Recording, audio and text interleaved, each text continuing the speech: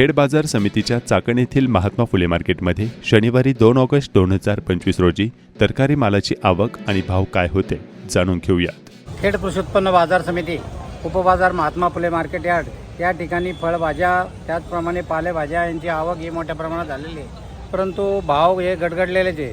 ठराविक मालाचे भाव थोडे वाढलेले आहेत, परंतु बाकी मालाचे भाव फार एकदम कमी झालेले आहेत। आज रोजी कोबी असेल, कोबीचा भाव एकदम डाऊन झालेला आहे। कोबी 3 ते 5 रुपये किलो झालेली आहे। फ्लावर असेल, फ्लावरसुद्धा 5 ते 7 रुपये किलो झालेले आहे। त्याचप्रमाणे पावटा असेल, पावटासुद्धा 40 ते 50 रुपये किलो झालेला आहे। काकडीसुद्धा 10 ते 15 रुपये किलो आहे। शिमला मिरचीसुद्धा 50 ते 60 रुपये किलो झालेली आहे। त्याचप्रमाणे राजमा असेल, राजमासुद्धा 40 ते 45 रुपये किलो झालेले आहे। गाजरसुद्धा 30 ते 35 रुपये किलो झाले।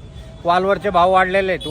वालवरीचे भाव 40 ते 50 रुपये किलो झालेले आहेत। शेवगासुद्धा 50 ते 60 रुपये किलो झालेले आहे। टमाट्याचे भाव थोडे वाढलेले आहेत।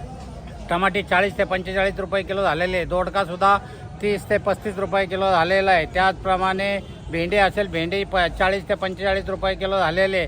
सर्वसाधारण फळभाज्यांची ही स्थिती आहे। त्याचप्रमाणे पालेभाज्या असेल, पालेभाज्याचे मार्केट मात्र एकदम डाऊनच आहे। कोथिंबीर 4 आणि 5 रुपयाला गड्डी आहे। त्याचप्रमाणे मेथी 7 ते 8 रुपयाला गड्डी आहे।